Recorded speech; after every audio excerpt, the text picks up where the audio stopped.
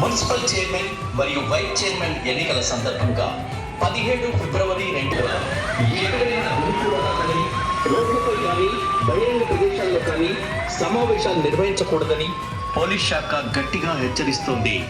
ఈ ఆదేశాలను అతిక్రమించినట్లయితే చట్టరీత్యా కఠిన చర్యలు తీసుకోబడతాయని సూచిస్తున్నాం. కావున పట్టణ ప్రజలందరూ ఈ విషయాన్ని గమనించి పోలీస్ శాఖ సహకరించవలసిందిగా విజ్ఞప్తి చేస్తున్నాం. ఇది తొర్రూరు పోలీసు వారి అధికారిక హెచ్చరిక.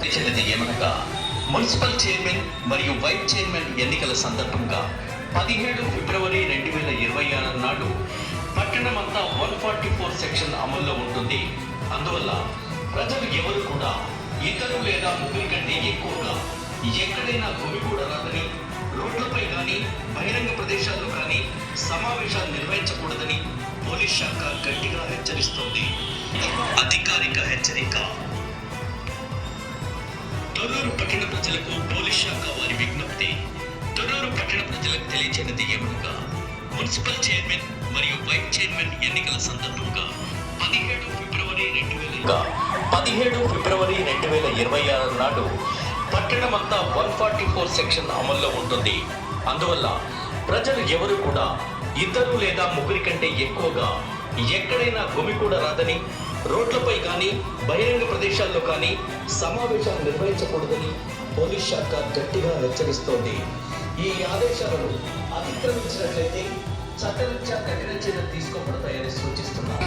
పోలీస్ శాఖ సహకరించవలసిందిగా విజ్ఞప్తి చేస్తున్నాం. ఇది తొర్రూరు పోలీసు వారి అధికారిక హెచ్చరిక. అధికారిక హెచ్చరిక.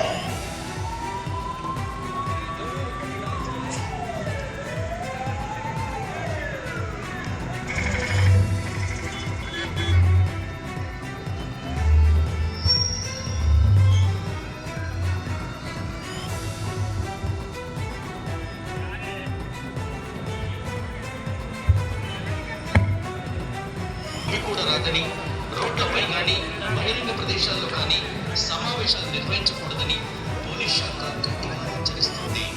ఈ ఆదేశాలను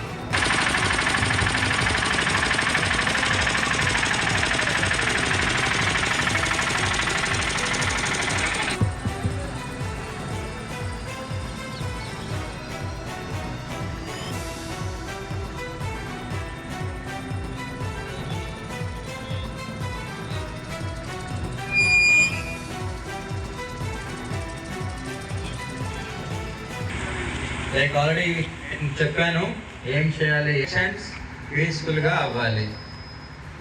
దానికి ఓన్లీ రూల్ అండ్ లా మాత్రమే పాటించాలి. ఇంకేది అవసరం లేదు. Follow the rules and do your give your best and ensure that ఎక్కడ కూడా ఎలాంటి ఇన్సిడెంట్ అవ్వకుండా చూసుకోండి. చెక్ పోస్ట్ కానీ whatever I have told అందరికీ తెలిసిందే. But give your 100% today. Is it clear? Okay, all the best. Chairman and vice chairman elections జరుగుతుంది కాబట్టి దీనికి సంబంధించి 146 సెక్షన్ అమల్లో ఉంది. అలాగే మనము 1000+ ఫోర్స్ని చెక్ పోస్ట్ ఏర్పాటు చేసుకున్నాం. అలాగే ఇక్కడ తొర్రూరు మున్సిపాలిటీలో ఈరోజు ఫ్లాగ్ మార్చ్ కూడా చేయడం జరిగింది. తొర్రూరు మున్సిపాలిటీ ప్రజలకు నా విజ్ఞప్తి ఏంటంటే అనవసరంగా ఎవరు కూడా రోడ్ పైనకి రావద్దు. పోలీసు వాళ్ళతో సహకరించాలని నేను కోరుతున్నాను. ఇక్కడ మున్సిపాలిటీ ఏరియాలో ఉన్న ఇంట్లో ఉన్న వాళ్ళకి కూడా నా విషయం, ఇంటి లోపలికి మీ ఇంటికి సంబంధం లేని వాళ్ళని కూడా ఆలోచించాలి. Thank you.